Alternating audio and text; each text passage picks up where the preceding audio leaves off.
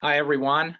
I'm Bill Squadron, President of Our Energy Policy, and welcome to OEP's webinar today on public-private partnerships.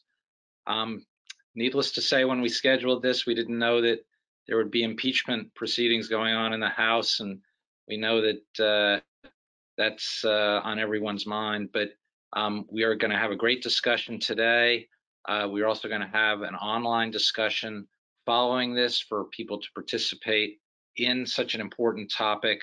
As we all know, this challenge and scale of what we face in the energy sector is not something that anyone can do alone. And the kinds of things we're talking about today with some terrific panelists who are working on the ground on these kinds of partnerships is exactly the kind of model and best practice sorts of examples that we think can illustrate what is going to be a big part of addressing the issues in our sector. We're also delighted to have Susanne DesRoches from the New York City Mayor's Office moderating this discussion.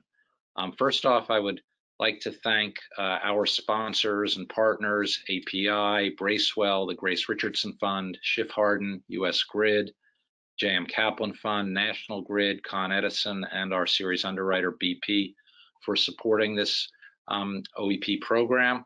And of course, I want to thank all of you for taking the time today to join us. I'd like to encourage you to submit questions. There's a questions tab on the right side on your dashboard. And if you simply type in your question for the second part of the hour, we'll be getting to questions from the audience, and we'll get to as many as we can. And as I mentioned a minute ago, we will have an online discussion on the OEP website on this topic following the conversation, so that if we can't get to your question or you have thoughts and would like to offer examples of things that may be happening in your region or ideas for that are related to public-private partnerships around energy issues, we'll be able to entertain that discussion online following the discussion today. So thank you again for joining us. I'm going to turn this over to Susanne DesRoches, who is the Deputy Director for Infrastructure and Energy at the Mayor's Office of Resiliency and Sustainability in New York City. She is responsible for New York City's energy policy and for regulatory affairs across the federal, state, and local levels. And so we are delighted to have Susanne. Okay. Sorry, looks like I'm having a slight connection problem, the only downside to the webinar.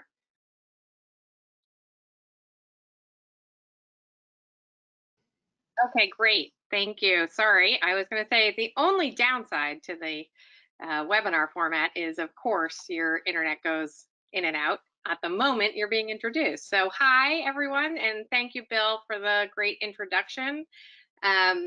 You know, I really enjoy these conversations at Our Energy Policy. I feel like it's a great venue where we really get to dig into a specific piece of this puzzle we're all building, kind of flying the airplane in the air. So I'm excited about today's topic. You know, as Bill mentioned, we're in the middle of this energy transition, and you know, coming from a city perspective, I think we can all agree we need as many tools as we can put our hands on to help us make this transition quickly, deliver the benefits we know that this transition can provide, and ensure that that happens in a, you know, a reliable, affordable, and equitable way. So I'm excited about today's conversation. We're going to dive right in. We have representatives from the City of Denver's partnership and from the state of Oregon. First, I will introduce Michael Colgrove, who is the executive director of the Energy Trust of Oregon. Welcome, Michael. The Energy Trust of Oregon is a nonprofit organization, and we're going to hear more about that. They are helping Oregonians, rolls right off my tongue, Oregonians, save energy and generate renewable power. Previous to that, Michael was with NYSERDA, the New York State Energy Research and Development Authority, here in New York State, where he ran the office that is in New York City and was the director of multifamily programs. So welcome, Michael. Next, I will introduce Jonathan Rogers, who goes by Johnny. Johnny is a renewable energy specialist with the City of Denver, City and County of Denver. He's responsible for the city's efforts to achieve 100% renewable energy community-wide by 2030. Really great and aggressive goal there. And he's Denver's lead witness at the Public Utility Commission proceedings and coordinates Denver's Energy Future collaboration with Xcel Energy. And I will now introduce Tyler Smith from Xcel Energy. He's the area manager, community and local government affairs, where he manages the company's relationships with the city and county of Denver.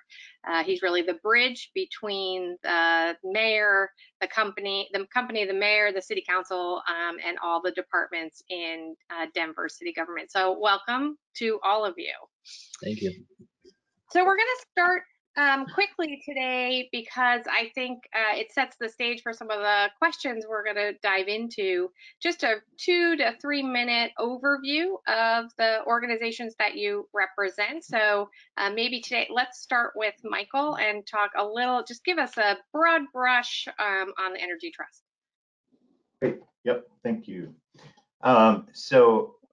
Energy Trust of Oregon is actually an independent nonprofit organization, and in the state of Oregon, we're charged with managing the utility energy efficiency and renewable energy programs. It's not a common model around the nation, but it's not unlike what you might see in New York State with NYSERDA, for instance.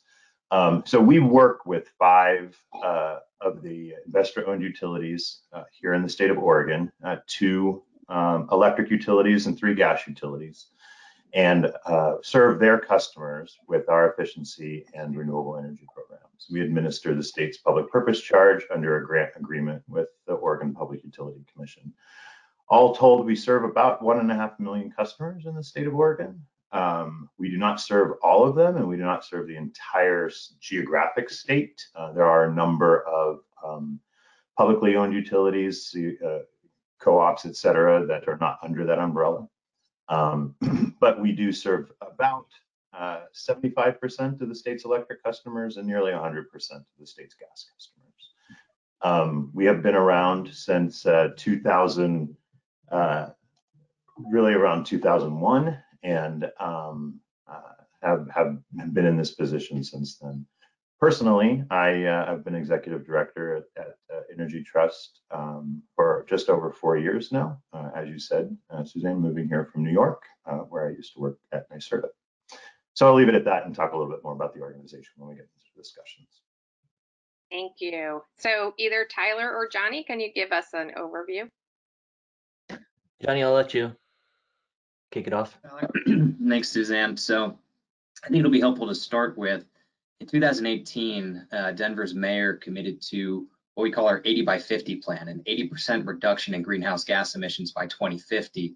And a huge part of achieving that goal is decarbonizing our electricity supply and then pursuing the electrification of buildings and transportation. And in Colorado and in Denver, we have a vertically integrated monopoly regulatory structure. So Xcel Energy is our electricity and gas service supplier. And so as we pursue electrification and decarbonization, all of those systems are interconnected and effectively managed by Xcel Energy. So there was the recognition in 2018 that as Denver laid out our clean energy goals and our community objectives, that a partnership with Xcel Energy would be really important to achieving those goals. So the mayor and the president of Xcel at the time signed a memorandum of understanding, laying out this shared vision for decarbonization and energy transition. I joined the city in 2019 as the first person with the Renewable Energy Specialist title. And when I came in, it was kind of a idea of here's things that we want to work on together. And we quickly put into place a three-level framework where we have a core team who manages what are the key things that we want to accomplish. We've assigned 6 different technical working groups to pursue different objectives that are important to us. So that's our electricity supply and regulatory and policy activities, activities pertaining to strategic electrification, decarbonization of our municipal facilities, converting our streetlights to LEDs, pursuing a transportation electrification, and increasing the resilience and reliability of critical infrastructure across Denver. And then at the top layer, we provide executive briefings every quarter to the mayor's office, executives across city agencies, and leadership from Xcel Energy, which creates transparency and accountability for all of our actions and continues to push us in the direction of achieving the goals that we've laid out in our 80 by 50 plan, and that we revisit each year with updated work plans for how we can work together. Thanks. That's really very helpful. I think it would be kind of my first overall question, because I for folks who live in a state or work in a city that doesn't have this kind of partnership, maybe Tyler, can you tell us a little bit about how this partnership is structured between the city of Denver, city and county of Denver, and the utility itself?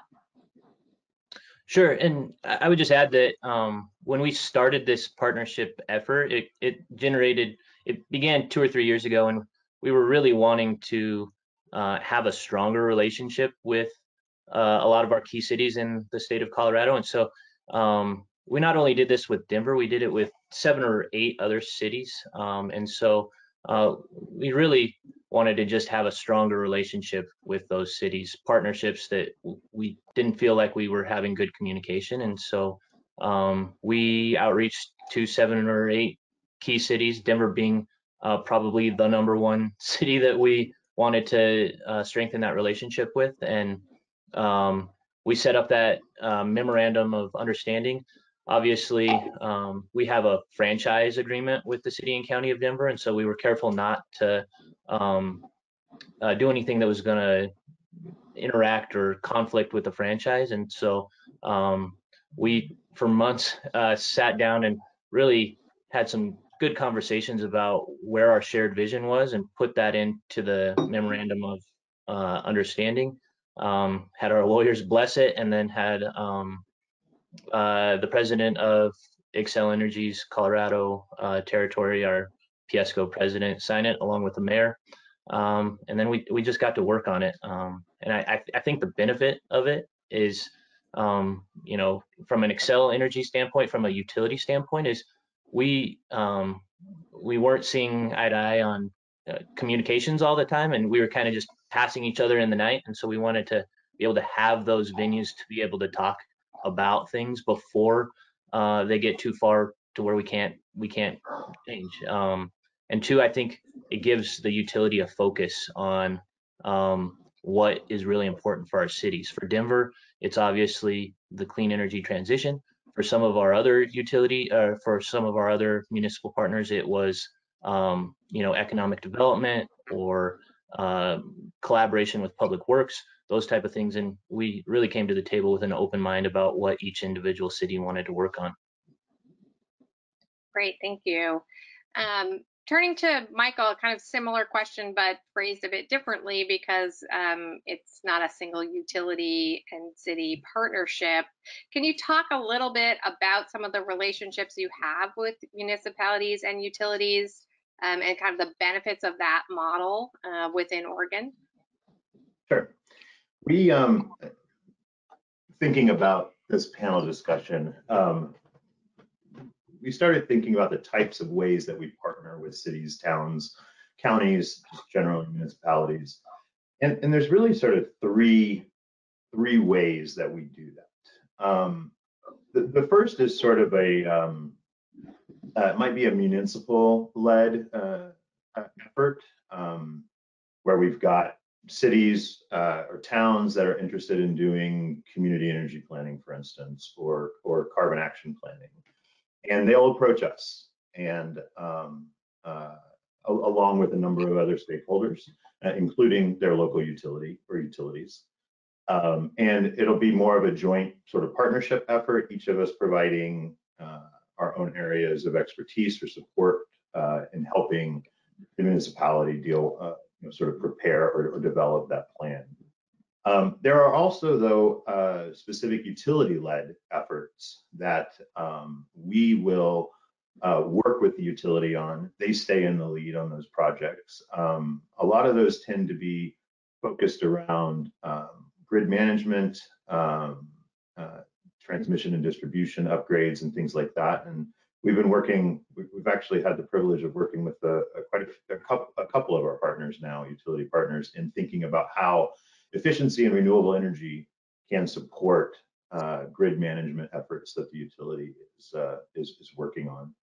And then the last or third way is really kind of more project specific. We've worked with a number of cities and towns on specific hydropower, renewable energy projects or efficiency projects. So it really sort of runs the spectrum of different types of partnerships depending on what the interest is. And of course, a lot of times those municipally led efforts to develop those community action plans or carbon action plans or whatever end up resulting in some of the project specific efforts that they then work with us later on. So so we really do work with cities and towns in a variety of different ways. That's great. This is kind of a big question, but just a quick, well, I'm going to give you a big question that's a quick follow-up. How do you like that? Can you talk a little bit about, you said 2001, 2002, obviously the trust has been around for a long time. Any really high level changes in how it's evolved over time?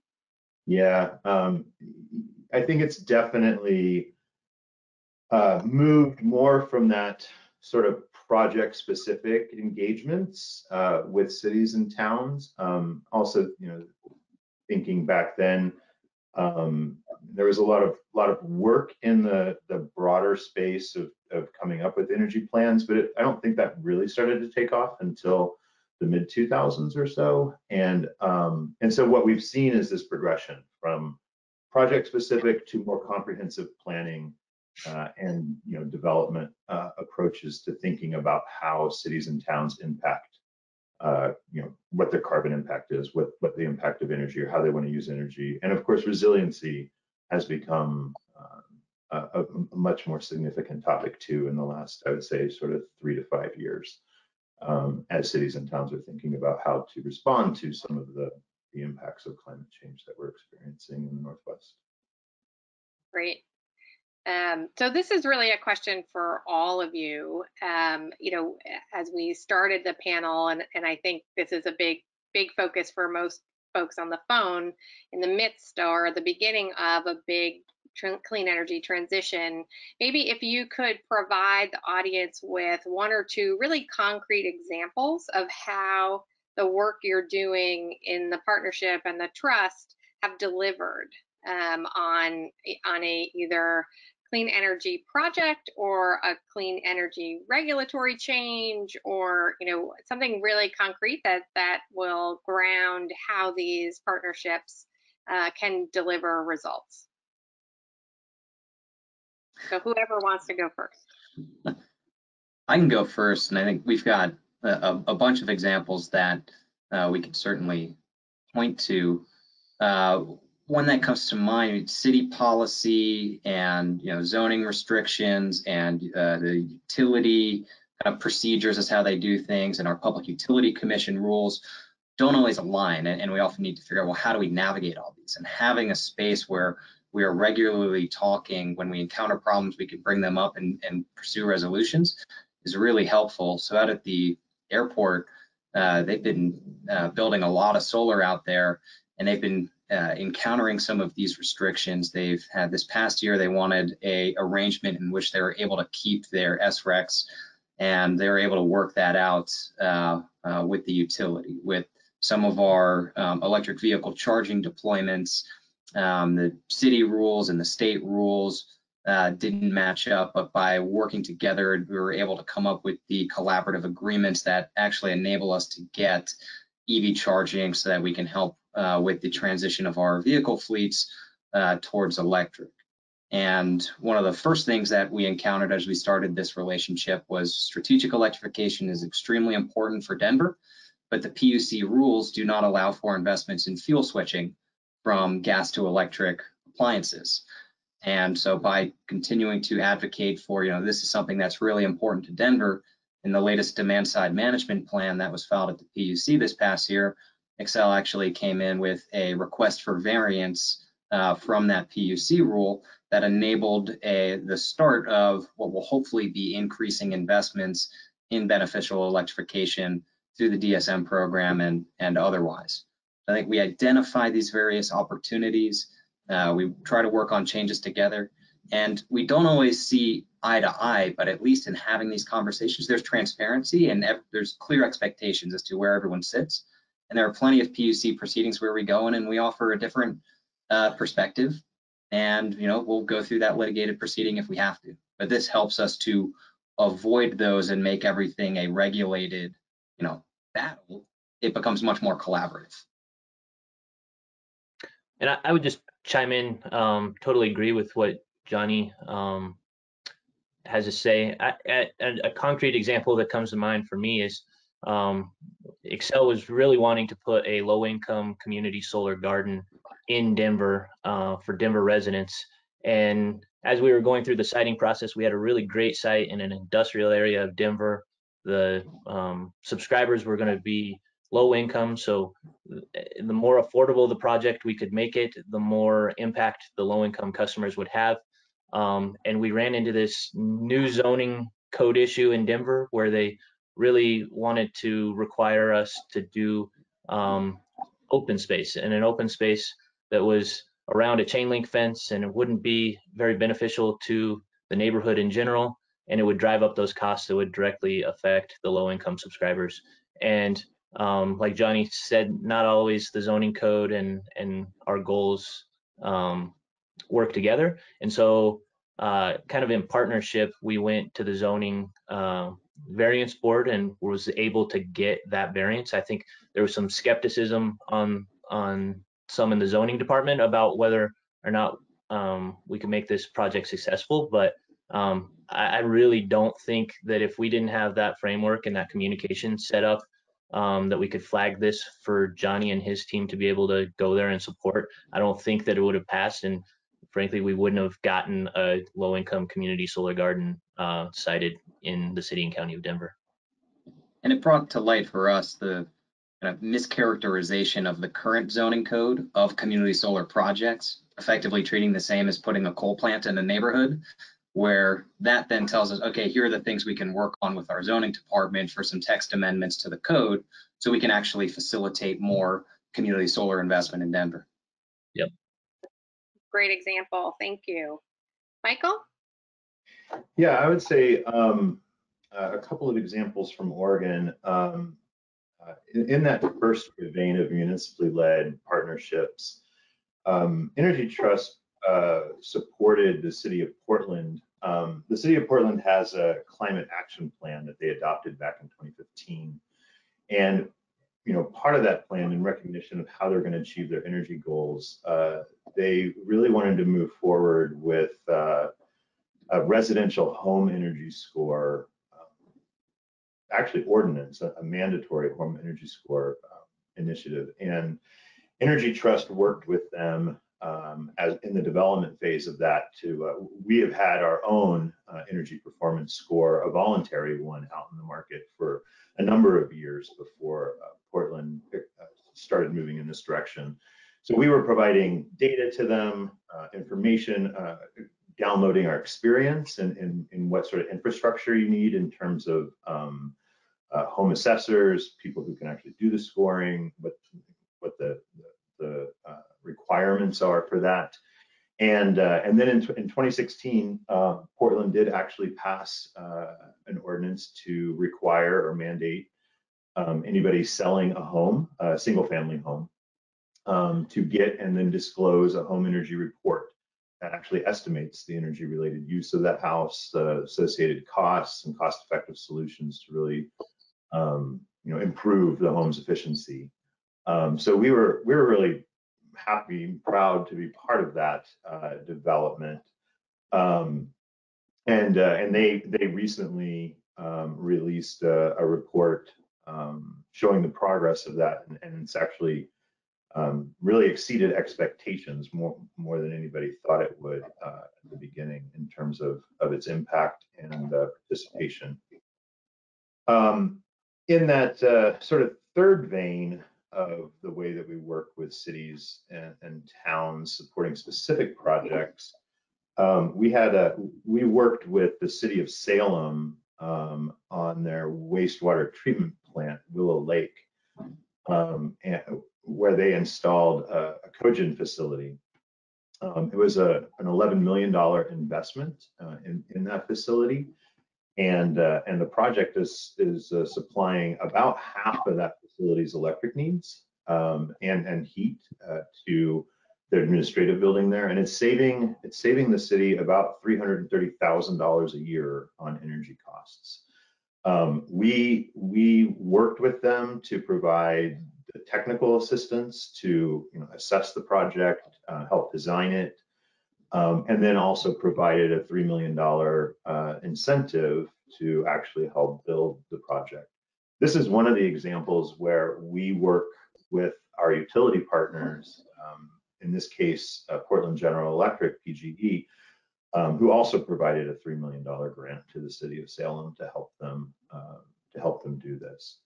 I'll just say too that one significant benefit is that Salem is actually Oregon's most diverse metro area. About 1 in 3 residents in that area is a person of color, and the city actually has a higher percentage of residents with low incomes than the average. So, as a municipally owned project, this Willow Lake facility is really helping to ensure that traditionally underserved customers are sharing in the benefits of this clean renewable power that they're invested in. They're great examples, and I think Michael, you're bringing up an important piece of the energy transition puzzle here. It's sort of the equitable distribution of these benefits.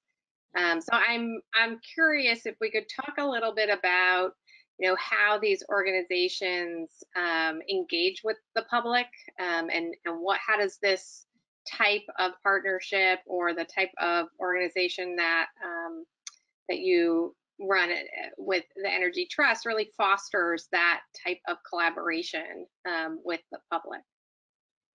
Yeah, actually, can sort of answer that question with sort of a specific and recent example.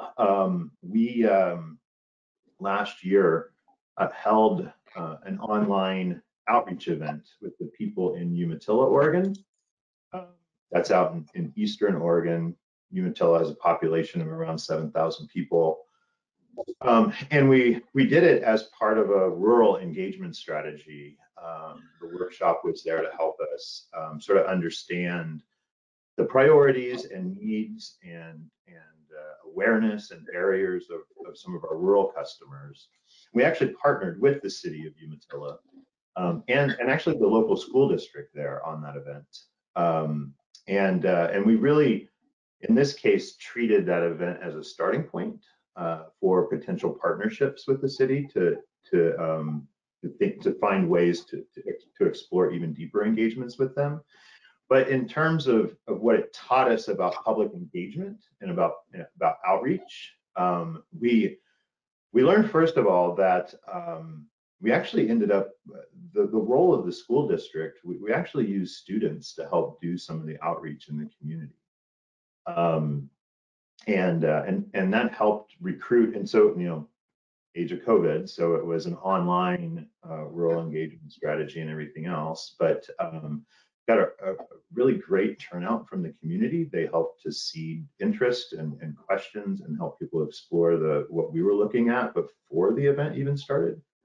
But again, some of the other things that we learned, really limiting presentation time, prioritizing group conversations and discussion, and really adding some of that human element not just introductions, but certainly introductions, but also sort of an icebreaker question, something to help people connect with one another, and make sure that we as a facilitator, as the entity engaged in the conversation, we're really hitting the right tone. We also learned to work working to make the community the focus of the event, not us. It was very useful to us, obviously, but we wanted this to be community centered in that area. We wanted to hear what they felt was crucial to the success of not just future workshops, but also, our work with them. So, we were very much open to hearing suggestions and ideas that maybe didn't fit within our jurisdiction or our purview as an organization, but really important to make sure that they felt the space to sort of talk about everything that was important to them or everything that was a barrier or concern to them.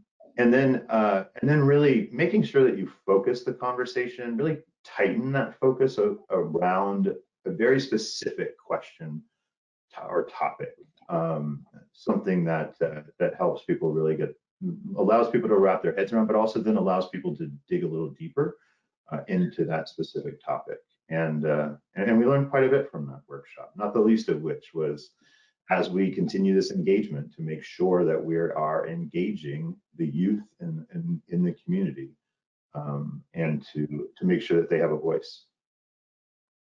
Great, thanks for that example. Johnny or Tyler, any thoughts on how you work with the community and engage the public in your process? Yeah, so I can go first, and then Tyler, feel free to add on. For Denver, I think our clean energy strategy, equity is really central to it. For us, it's not enough to just reduce greenhouse gas emissions. We also need to be addressing things like racial and environmental justice and ensuring that, our definition of sustainability is not only environmentally sustainable, but also socially sustainable and economically sustainable. So in every program that we're considering developing and all of our advocacy and our policies, we try to be very, not just equitable in the final implementation, but throughout the process. Does everyone in the community have a voice as we're considering what our options are for dealing with particular issues? Do we even know what the issues are that are most confronting the people in our community? And then how do we implement in a way that is going to be accessible and really achieve the outcomes that we want to see happen?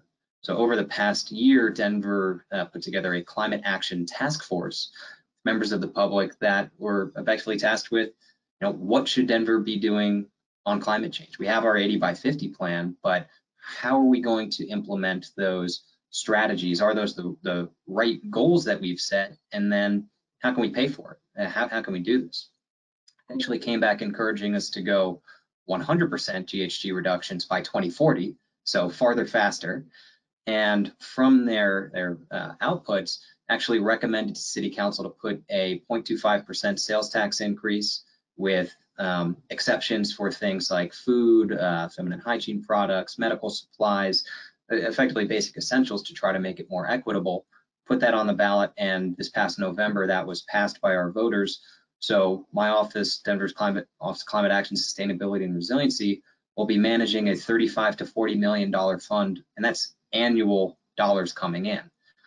And part of the strings on that are, we really need to be ensuring that, at a bare minimum, 40% or 50% of those dollars are being directed straight back into the community for programs that are going to help folks that are on the front line of climate change or have been, traditionally disadvantaged.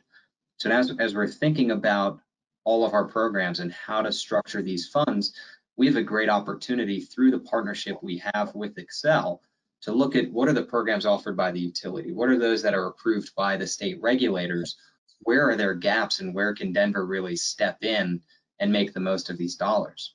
One example is we've been working on the creation of a community solar program, recognizing we can put solar on city facilities, and that's great for us, can help us save money on our bills. But if we interconnect to the grid in a community solar configuration, Now we can share that power between city meters and allocate some of it to help with low-income housing or residents in environmental justice communities. We can also create job training programs. We have a partnership with Denver Public Schools so that we can expose kids to clean energy in the classroom and create internship opportunities, and with local nonprofits so that we can better connect Denver residents to receive the benefits of this power and other energy support services and weatherization programs and things that either the state already offers or that we'll be able to now create with this fund. And Tyler, if you want to talk about some of the other things that Xcel is doing just in your normal plans.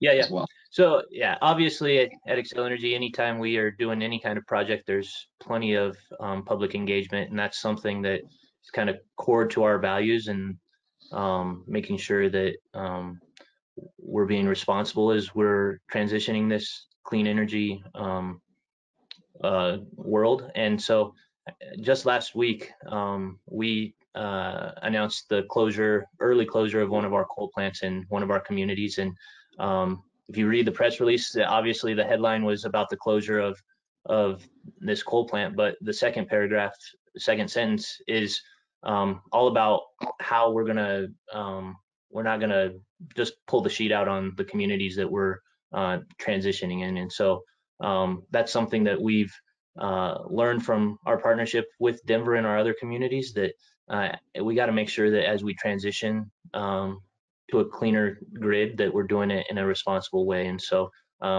we've done it in a community, Pueblo down south, and the closure that we announced last week, I think that from those lessons learned, it's something that's paramount, that we make sure that the folks in that community are taken care of in regards to jobs, and not only jobs, but the taxes that leave. And so making sure that we don't leave a hole in those communities as we transition, and find good ways to be good partners. And I'll put out a request for information to everybody that's listening.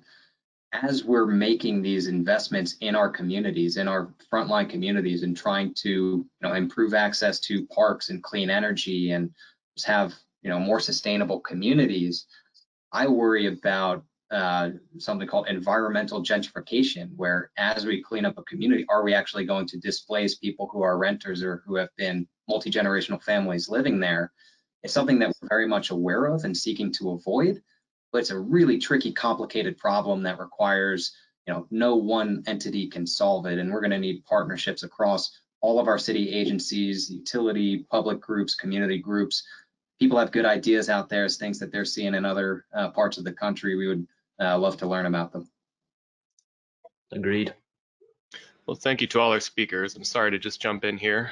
We do want to move into our Q&A session now.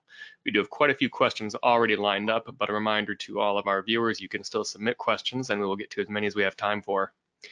The first question for all of our speakers is from Martha Sickles. What are the roles of the public service commissions in overseeing or supporting these partnerships? In our case, they kind of have the final say. There's some things that we can do, but all of our programs and things that we're implementing have been at one point or another approved by the PUC. It's an allowable investment. I mean, there's some stuff that we can do behind the meter with our own facilities, which is great. But when we think about systemically moving not just Denver, but all of Colorado to 100% carbon-free or renewable energy, that's going to have to go through an electric resource planning process. Xcel will be filing in March, actually required by the state to lay out their plan to do an 80% decarbonization by 2030 and lay the track for 100% carbon-free by 2050. So we'll be advocating in that process. I'm hopeful we'll be able to get well above that 80% minimum threshold in this proceeding. But everything from those high-level systemic changes in the makeup of the grid to all of the individual programs and incentives for demand-side management, transportation electrification, demand response, community solar, rooftop solar. We're constantly advocating at the PUC in addition to what we do with our utility partnership. Yeah, we still have that regulatory framework that we need to work within, but I think the benefit here is that we have that, again, that communication framework built up, that we can have those conversations and conversations with Johnny and his team can make our regulatory filings better before we take them to our regulators. And so then we go in partnership, and obviously there's times when we aren't in agreement, and we do our best to work those out before. But this just increases the odds that we're going to have a good outcome and can go forward with a plan that we both agree on in front of our regulators and our other stakeholders.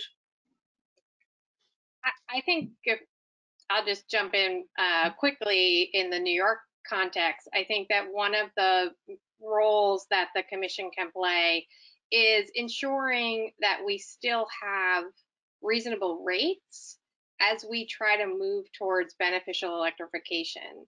Natural gas being so cheap, as we start to transition heating from natural gas or oil to electrification, the commission needs to be looking very carefully at not increasing energy cost burden, which is in particular a very large problem in New York City. So how all those parts and pieces fit together really sits at the overarching view of this transition, and the commission has that role.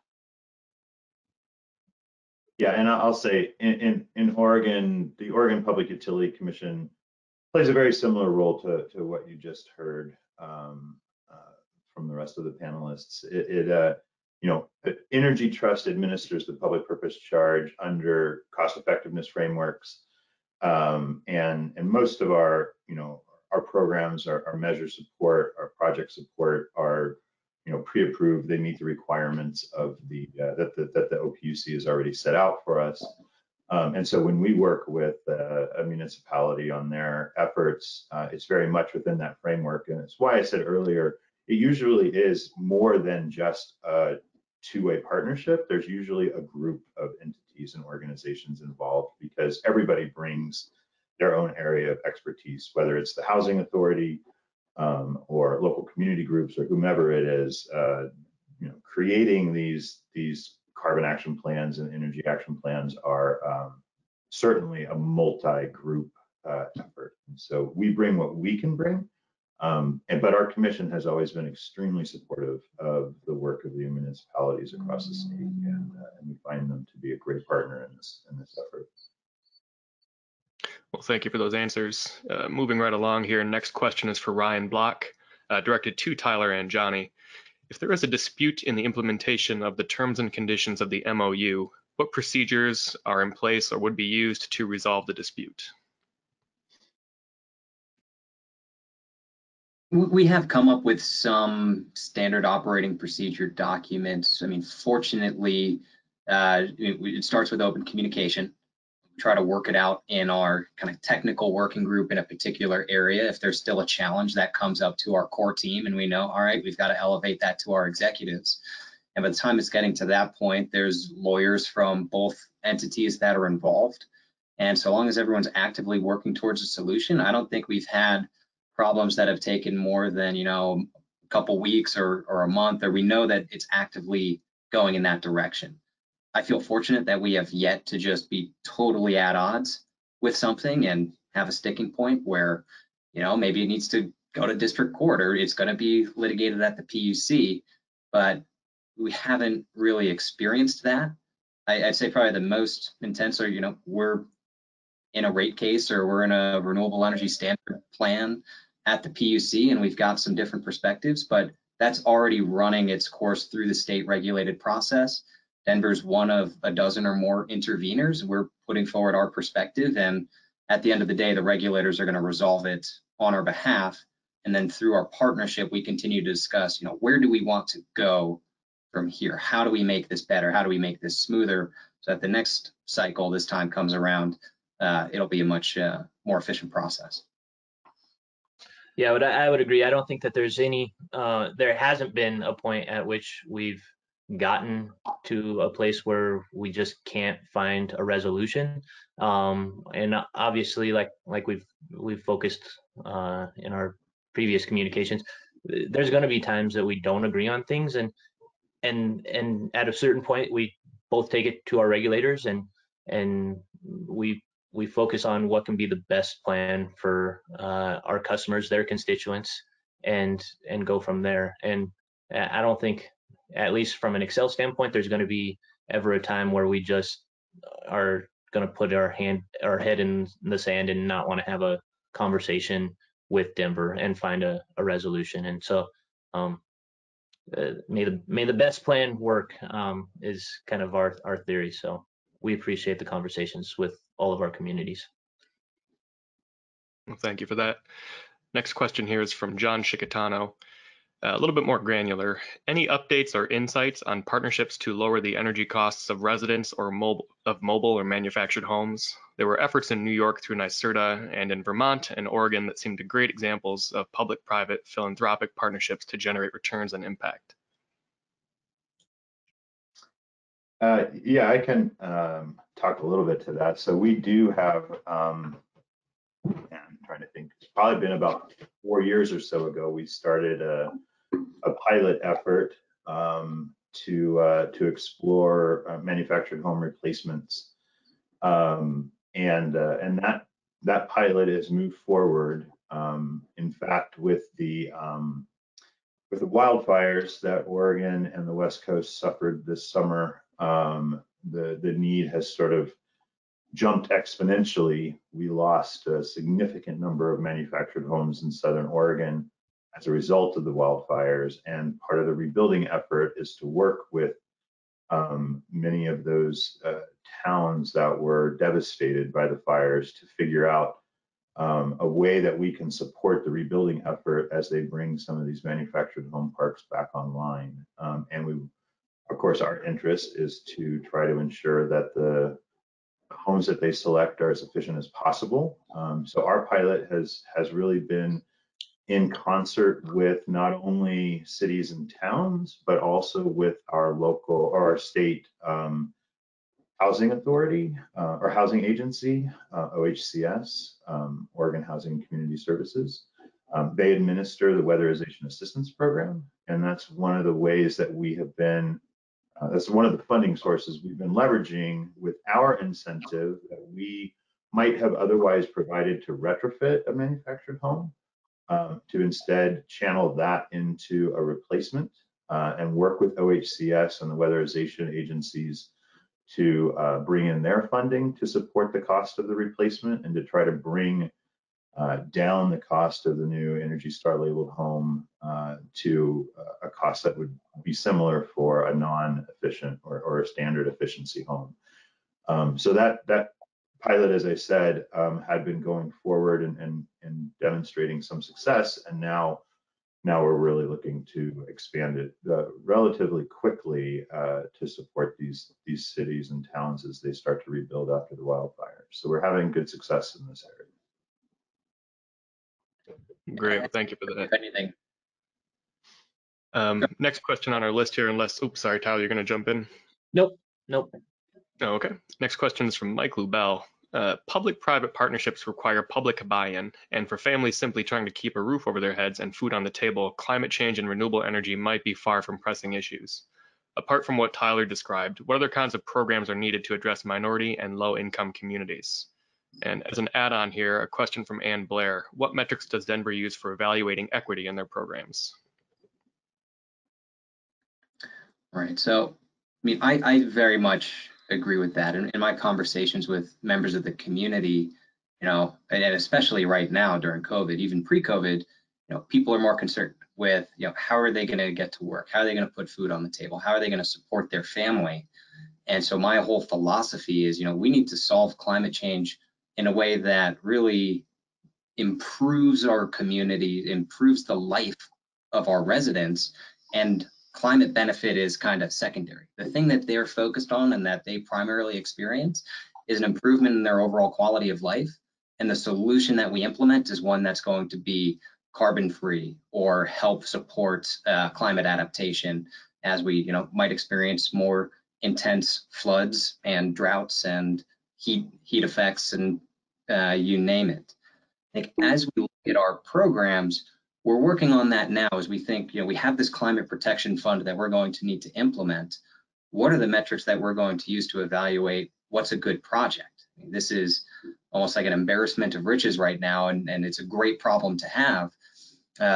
But I think we want to look at our metrics are probably going to be related to climate impact, but then every dollar spent is going to have strings attached. It's like, yes, we're going to measure the kilowatts of new solar that we deploy, but we're going to only work with vendors that we can ensure have a certain percent of hours of every project devoted to workforce trainees, certain amount of dollars that are being invested in environmental justice communities, being able to demonstrate that the dollars that are invested in a resident's home enable them to ascertain a certain amount of cost savings on their utility bills and are actively relieving their energy burdens.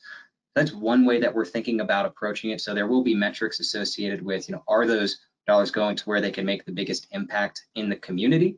But I think really measuring the climate impact may be one of the most effective ways for us to just organize our efforts. And Johnny, do I remember correctly, the sales tax that you guys, that was just passed, 50% has to go to low income, or 50% is tagged already for specific groups? Is that correct? Yeah, and I imagine there's going to be a much higher percentage than that. I think really all of our dollars should be going to make a community benefit.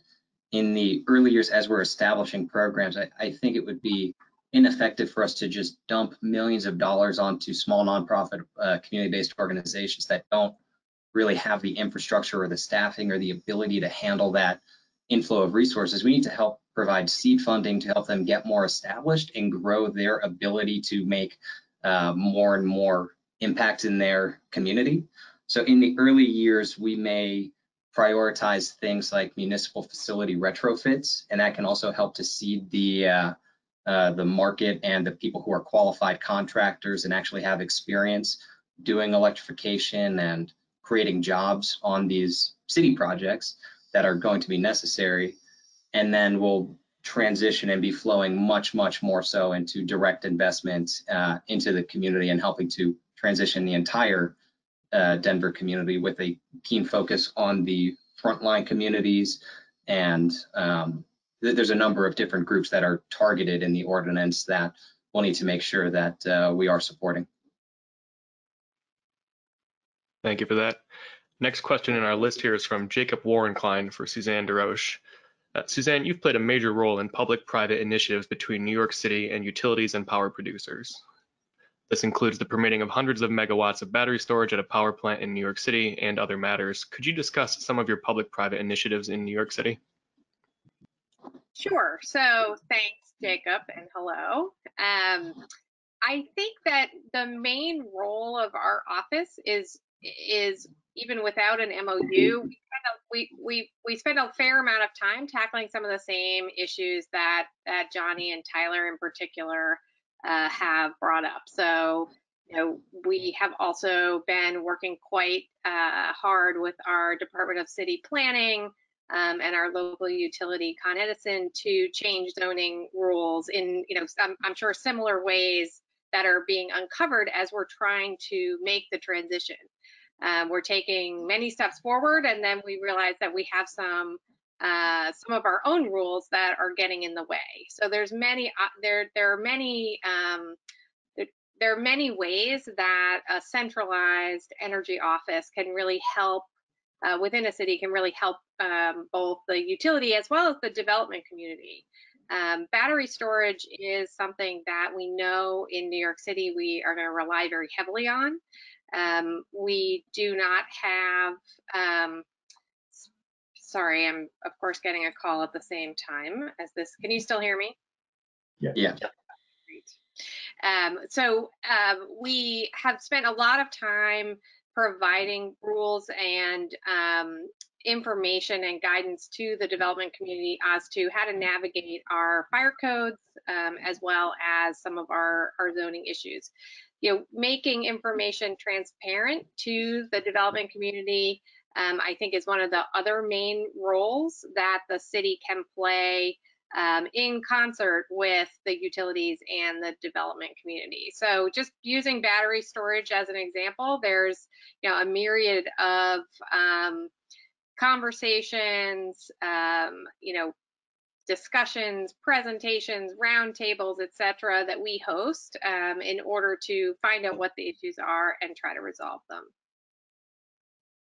Thanks, Suzanne. I do think we have time for two more questions here. A question from Elizabeth Halliday.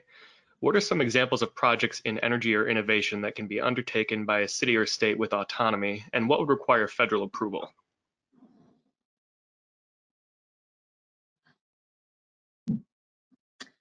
I mean, I think from the city perspective, some of the stuff that we're trying to do, even within the kind of monopoly framework, is, how do we lead with our municipal infrastructure to really take advantage of our own clean energy generation and supply to those facilities on site, and explore, the integration of battery storage.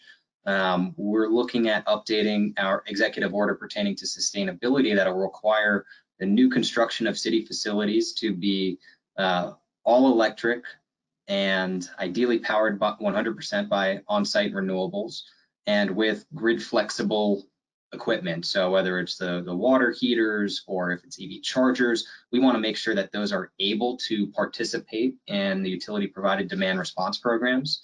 That you might not have that with your utility, but I think that's going to be really critical to the overall functioning of a affordable and reliable carbon-free electric system. I think anything that you have behind the meter is most likely going to be largely within your control.